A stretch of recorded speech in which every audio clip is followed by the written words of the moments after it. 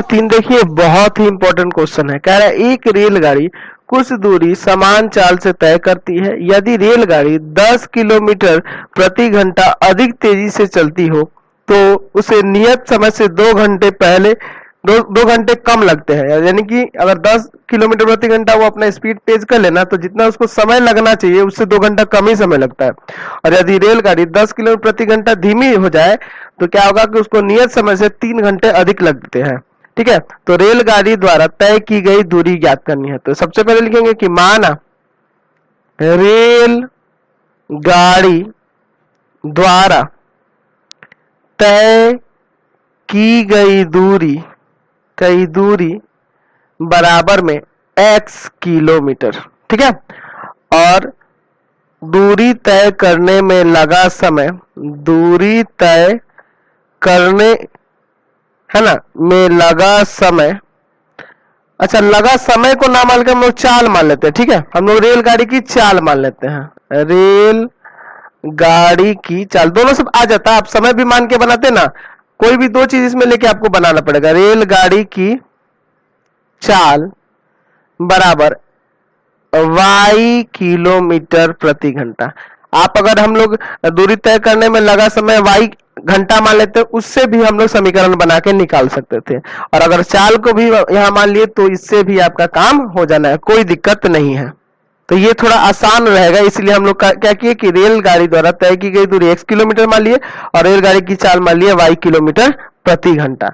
अच्छा, यानी कि अब ऐसे लिख सकते हैं कि दूरी तय करने में लगा समय बराबर क्या हो जाएगा, दूरी बट्टा चाल हो जाएगा ना, यानी कि x बट्टा y आवर। ऐसे लिख सकते हैं ना। अब चलते हैं प्रश्न से। आपको पता ही है फॉर्मूला कि समय बराबर होता है दूरी और बट्टा में चाल, समझ गए। तो अब देखिए, दूरी आपको तय करनी है x किलोमीटर और आपको चाल जो है ना, चाल वो 10 किलोमीटर प्रति घंटा तेज कर लेना है, अधिक हो जा रही है ना, यानी कि पहले चाल था y तो अब हो जा रहा है y प्लस 10। तो समय कितना लग रहा है, तो जितना नियत समय है ना, जो नियत समय यानी कि x बट्टा y से 2 घंटा कम समय लगता है। 2 घटा दिए। अब चलिए यहाँ थोड़ा इसको सॉल्व करेंगे। x बट्टा y प्लस 10 बराबर, इधर एलसीएम ले लें क्या, y x माइनस 2y। चलिए यहाँ क्रॉस मल्टीप्लाई करते हैं, इसमें इससे गुना, यानी कि हम लोग को गुना करना है x माइनस 2y में y प्लस 10 से, और x में y से करेंगे तो xy हो जाएगा। समझ गए ना, तिरछा गुना कर दिया। अब यहाँ गुना करिए तो xy प्लस का 10x माइनस का 2y स्क्वायर और यहाँ पे माइनस का 20y बराबर में xy कट जाएगा। यहाँ से यहाँ आ जाएगा आपका 10x माइनस का 2y स्क्वायर माइनस का 20y बराबर में 0। इसको समीकरण 1 मान लीजिए। सोच रहे हो कि सर इसमें वर्ग आ रहा है, x आ रहा है, y आ रहा है, कैसे सॉल्व करिएगा। अभी आगे देखिए बन जाएगा आसानी से। आगे देखिए फिर कह रहा क्वेश्चन में कि यदि रेलगाड़ी 10 किलोमीटर प्रति घंटा धीमी चलती है, यानी धीमी करने का मतलब x बट्टा हो जाएगा y माइनस 10, है ना। लिखते हैं अब हो जाएगा, दूरी है आपका x और चाल क्या है 10 किलोमीटर प्रति घंटा धीमा हो जा रहा है, यानी कि y माइनस 10 हो जा रहा है। तो जो समय लगना है वो निश्चित समय से, देखिए क्या कह रहा है कि निश्चित समय से नियत समय से 3 घंटा अधिक लगता है। तो 3 घंटा अधिक यानी कि प्लस में 3, x बटा y माइनस 10 बराबर, एलसीएम ले लेते हैं y x प्लस 3y। समझ गया। फिर यहाँ तिरछा गुना करेंगे, x प्लस 3y में गुना होगा y माइनस 10 से और बराबर में हो जाएगा xy। इसमें से गुना होगा तो xy है इधर।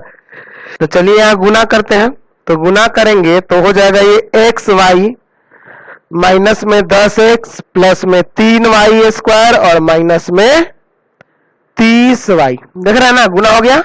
अब यहाँ बराबर में है आपका xy कट जाएगा ना यहाँ पे, समझ रहे हैं, यानी बच जाएगा माइनस का 10x प्लस का 3y स्क्वायर और माइनस का 30y बराबर में 0। ये होगा समीकरण 2।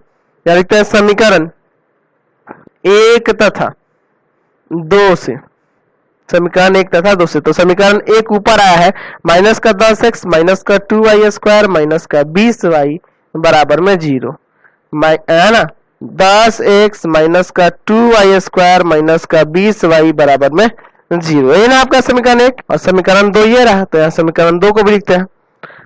माइनस का 10x प्लस का 3y² माइनस का 30y बराबर में 0। ध्यान से देखिए, ये तो कट जाएगा ना, इसीलिए बोले थे कि आप कुछ नहीं सोचिए, आगे बढ़िएगा वो अपने आप ही कट जाएगा। यहाँ y² हो जाएगा, यहाँ माइनस का 50y हो जाएगा बराबर में 0। y कॉमन करिए, y माइनस 50 बच जाएगा। चलिए यहाँ अलग अलग करेंगे, तो एक तो हो जाएगा y बराबर 0 और एक हो जाएगा y माइनस 50 बराबर 0, यानी यहाँ y आ जाएगा y बराबर 50। चाल तो कभी 0 होगा नहीं ना, तो 0 को रिजेक्ट कर देंगे, यानी लिख देंगे कि चाल शून्य नहीं होगी, चाल 0 नहीं होगा, इसलिए y का मान आपको 50 ही लेना होगा। y का मान क्या होगा? 50 ही लेना होगा। अब y का मान जब 50 लेंगे तो समीकरण 1 या 2 में रखेंगे ना, तो चलिए रख देते हैं y का मान समीकरण 2 या 1 किसी में भी रख देते हैं। तो लिखते हैं y का मान समीकरण 1 में रखने पर, तो समीकरण 1 है आपका 10x माइनस 2y² माइनस का 20y बराबर 0, यही ना है आपका समीकरण 1, यही ना था, 10x minus 2y² minus 20y बराबर 0। चलिए यहाँ पे रखते हैं y का मान 50, तो 10x माइनस 2 y की जगह 50 का स्क्वायर माइनस 20 गुना 50। चलिए यहाँ पे देखिए 10x माइनस 2 ये हो जाएगा 2500 ना, और यहाँ हो जाएगा 1000। अच्छा ये 5000 हो जाएगा, 10x माइनस का 5000 माइनस का 1000 बराबर में 0, तो 10x माइनस का 6000 बराबर में 0, तो 6000 उधर जाके प्लस का हो जाएगा, यानी हो जाएगा यहाँ से 10x बराबर प्लस का 6000, यानी कि x बराबर हो जाएगा 6000 बटा में 10, 1 0 1 0 कट जाएगा ना, यानी कि x बराबर आ गया 600। तो 600 ही ना तय की गई दूरी है, अतः रेलगाड़ी द्वारा तय की गई दूरी बराबर में 600 किलोमीटर। खाली दूरी ना निकालना था, समझ गए। चलिए अगला क्वेश्चन देखते हैं, 4 नंबर। कह रहा है कि एक कक्षा के विद्यार्थियों को पंक्ति में खड़ा होना है। देखिए पंक्ति बनाई गई है ऐसे खड़ा करने के लिए, ठीक है। तो ऐसे कुछ पंक्तियां बनाई गई हैं, इसको समझिए, ऐसे पंक्ति बनाई गई है। अब ये पंक्तियों की संख्या नहीं पता है कि कितनी पंक्ति बनाई गई है, ऐसे कुछ पंक्तियां बनाई गई हैं, छात्रों को खड़ा किया जाता है इस पंक्ति में, ठीक है। और प्रत्येक पंक्ति में बराबर छात्रों को खड़ा करना है, ये ध्यान रखना है, ठीक है।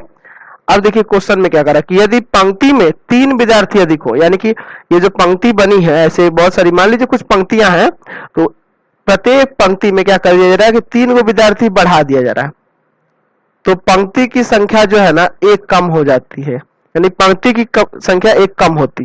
और 3 विद्यार्थी अधिक होंगे हर एक पंक्ति में तो एक पंक्ति कम हो जाएगा, ठीक है। और यदि पंक्ति में 3 विद्यार्थी कम हो जाए, यानी हर एक पंक्ति में 3-3 विद्यार्थी कम हो जाए, तो और 2 पंक्ति अधिक बनानी पड़ेगी, है ना।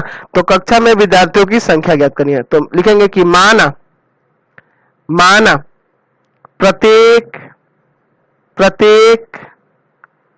पंक्ति के विद्यार्थियों की संख्या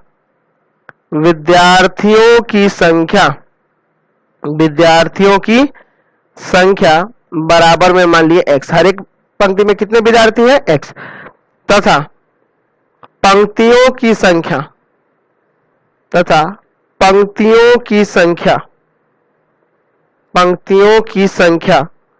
बराबर में y। अच्छा एक पंक्ति में x विद्यार्थी है और कुल पंक्तियों की संख्या y है, तो विद्यार्थियों की संख्या आप आसानी से बता सकते हैं कि सर विद्यार्थियों की संख्या दोनों के गुणनफल के बराबर होगी, यानी एक पंक्ति में कितना विद्यार्थी है और टोटल कितने पंक्ति है उनके गुणनफल के बराबर होगी विद्यार्थियों की संख्या। यानी कि यहाँ से आपको पता चल गया कि विद्यार्थियों की जो संख्या होगी वो xy होगी, समझ गए। आप सिंपल तरीके से समझिए, मान लीजिए एक पंक्ति में 5 विद्यार्थी हैं और आपके पास 4 पंक्ति हैं, तो 4 को लाइन ऐसा है और एक लाइन में कितना है 5 विद्यार्थी, तो पंचों का 20, टोटल 20 ना बच्चे हुए। तो उसी तरह से एक पंक्ति में x विद्यार्थी है और टोटल पंक्तियों की संख्या y है, तो विद्यार्थियों की संख्या क्या होगी, x गुना तो y होगी। अब चलते हैं प्रश्न से। प्रश्न से कह रहा है कि यदि पंक्ति में 3 विद्यार्थी अधिक होते, यानी कि पहले x विद्यार्थी थे, अब उसमें कितने विद्यार्थी हो जा रहे हैं, x+3 हो जाते, तो एक पंक्ति कम हो जाता है, यानी कि पहले पंक्ति था y, अब पंक्तियों की संख्या क्या हो जा रही है, y-1 हो जा रही है। अच्छा, इन दोनों का गुणनफल, यानी कि ये किसकी क्या होगा, इन दोनों का गुणनफल विद्यार्थियों की संख्या के बराबर। समझ गए, इसको गुना करते हैं, xy माइनस का x प्लस का 3y, अच्छा इसमें से गुना करेंगे माइनस का 3 बराबर में xy, xy कट जाएगा, माइनस का x प्लस का 3y बराबर में 3, ये समीकरण 1 हो गया। ठीक है, आगे देखिए क्या कह रहा है, फिर आगे कह रहा है कि यदि पंक्ति में 3 विद्यार्थी कम होते, यानी कि अब क्या करना है आपको कि पहले x विद्यार्थी थे तो उसमें क्या रहना चाहिए, अगर x-3 होता तो दो पंक्ति अधिक बनते, यानी कि पंक्ति पहले y था, अब पंक्ति कितने बनते, y+2 बनते, और इन दोनों के गुणनफल किसके बराबर होगा, विद्यार्थियों की संख्या के बराबर। चलिए यहां भी गुना करिए, xy है ना, इसमें से गुना करेंगे, प्लस का 2x माइनस का 3y है ना, और माइनस का 6 बराबर में xy। क्लियर है, यहां से xy कट जाएगा ना, यानी आ जाएगा आपका 2x माइनस का 3y बराबर में 6, बराबर में 6 हो जाएगा ना। ये आपका समीकरण जो है ये आपका 2 हो गया। समझ गए इतना? फिर आप लिखते हैं समीकरण 1 तथा 2 से, समीकरण 1 तथा 2 से, समीकरण 1 तथा 2 से। समीकरण 1 है माइनस का x प्लस का 3y बराबर में 3, और समीकरण 2 है आपका 2x माइनस 3y बराबर में 6। यहाँ देखिए तो 3y कट जाएगा ना, तो यहाँ बचेगा, इसमें घट जाएगा ना, x बराबर 9, x का 9 आ गया, तो x का मान समीकरण 1 या 2 में रखना होगा ना। तो लिखते हैं x का मान समीकरण 1 में रखने पर, तो समीकरण 1 आपका है माइनस का x प्लस का 3y बराबर में 3, तो x से रखेंगे ना, तो माइनस का 9 प्लस में 3y बराबर में 3, तो माइनस का 9 हो जाएगा, प्लस का हो जाएगा ना, यानी कि 3y बराबर हो जाएगा 3 प्लस 9, यानी कि 3y बराबर हो जाएगा 12, यानी y बराबर हो जाएगा 12/3, कट गया 4 बार में, है ना। तो आपको विद्यार्थियों की संख्या ना निकालनी थी, तो इसलिए विद्यार्थियों की संख्या बराबर कितना था आपका, x y था ना, x का मान कितना है 9 और y का मान है 4, यानी कि टोटल 36 विद्यार्थी हैं। समझ गए, 36 विद्यार्थी हैं। क्वेश्चन नंबर 5 देखिए, थोड़ा डिफरेंट क्वेश्चन है। इसमें कह रहा है त्रिभुज ABC में C बराबर 3 एंगल B, है ना, क्या दिया है कि C बराबर 3 एंगल B बराबर 2 angle A plus angle B, है ना, ये दिया हुआ है। तो त्रिभुज के तीनों कोण ज्ञात करने, तो हम क्या करेंगे ना, इसके बराबर में कुछ मान लेंगे, बराबर में मान लेते हैं x। ठीक है, यानी कि यहां से एंगल C बराबर हो जाएगा x, अच्छा 3 एंगल B बराबर भी हो जाएगा x, यानी कि यहां से आप लिख सकते हैं एंगल B बराबर x/3, और ये भी हो जाएगा 2 एंगल A प्लस B बराबर में x, यानी कि angle A plus angle B बराबर हो जाएगा x/2। समझ गए। अब चूंकि आप जानते हैं कि त्रिभुज के तीनों कोणों का योग 180 डिग्री होता है, 180 डिग्री होता है, यानी कि आप यहां लिख सकते हैं angle A plus angle B plus angle C बराबर में 180 डिग्री। अच्छा, एंगल A और B ये दोनों मिलाकर x/2 है ना, तो इसकी जगह x/2 लिख दे, और प्लस C का वैल्यू है x, चलिए, और बराबर में 180। ठीक है, यहाँ एलसीएम ले लीजिए, यहाँ एलसीएम लीजिएगा तो 2x प्लस 2x बराबर में 180, है ना, तो यहाँ आ जाएगा 3x/2 बराबर 180, यानी कि यहाँ से आप x बराबर लिख सकते हैं, x बराबर 180 गुना में 2 और बटा में 3, 3 से इसको काटेंगे कितना बार में, 60 बार में, यानी कि x बराबर आ गया 120। तो यहां से एक एंगल जो है एंगल C, x था ना, x था, यानी कि x यानी कि आ गया 120 डिग्री। ठीक है, एंगल B बराबर है आपका, एंगल B बराबर क्या था, x बटा 3, तो यहाँ हो जाएगा x बटा 3 यानी कि 120 और बटा में 3 कितना बार में कटेगा, 40 बार में, यानी कि एंगल B बराबर आ गया 40 डिग्री। अच्छा, एंगल A प्लस B बराबर है आपका x बटा 2, x बटा 2 था। चलिए, तो यहाँ पे हम x का वैल्यू रख देते हैं, तो x की जगह रख देंगे 120 और बट्टा में 2 कट के आ जाएगा 60, यानी यहाँ से आपको ये पता चल गया कि angle A plus angle B बराबर हो गया 60 डिग्री। तो एंगल B तो पहले ही निकाले हैं 40, तो यहाँ रख देना प्लस में 40 डिग्री बराबर में 60, तो एंगल A बराबर आ जाएगा यहाँ से 60 माइनस में 40, यानी कि एंगल A बराबर आ गया यहाँ से 20 डिग्री। समझ गए, तो यहाँ से तीनों एंगल निकल गए, इसलिए एंगल A बराबर में 20 डिग्री, एंगल B बराबर में 40 डिग्री और एंगल C बराबर में 120 डिग्री। तीनों को निकल गए ना। तो इसी के साथ इस वीडियो को इन कर देते हैं, बचे हुए क्वेश्चंस को नेक्स्ट पार्ट में देख लेंगे।